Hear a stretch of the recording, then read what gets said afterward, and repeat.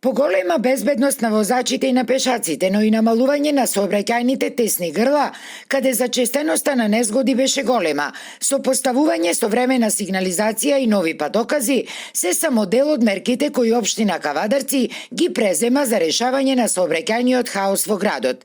Речиси сите поголеми крстосници решени се со кружни текови. Досегашните двофазни семафори се заменети со трофазни, а поставени се и нови портали, како што е случајот и на булеварот Никола Минчев, инвестиција вредна околу 1 милион денари. Со тоа се и протоколот на сообраќајот овозможува да биде побрз, меѓутоа и можноста за паркирање е ослободена и да не доаѓа до конфликтни интереси во делот на сообраќајот и застој на самиот сообраќај.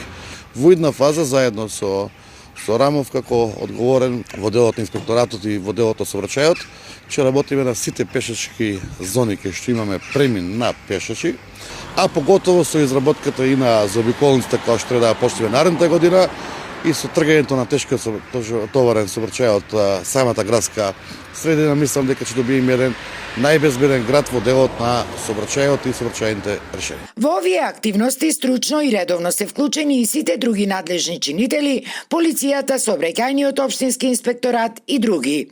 Исто така во делот на изготвени се сообраќајни проекти на сите локални патишта кои водат до нашите села, и тоа вкупно на број 15. Половина од тие веќе се поставени со сообраќајни знаци и на дел од нив се е поставени заштита еластична ограда, се со цел да зголемување на безбедноста на сообраќајот.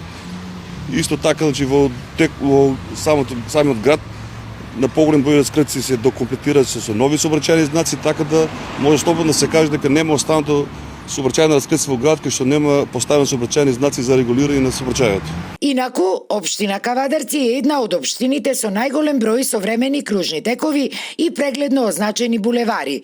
Дел од нив се финансирани со општински пари, дел со донации од општествено одговорни компании, а во последно време и како општински проекти финансирани од владата со пари од унгарскиот кредит.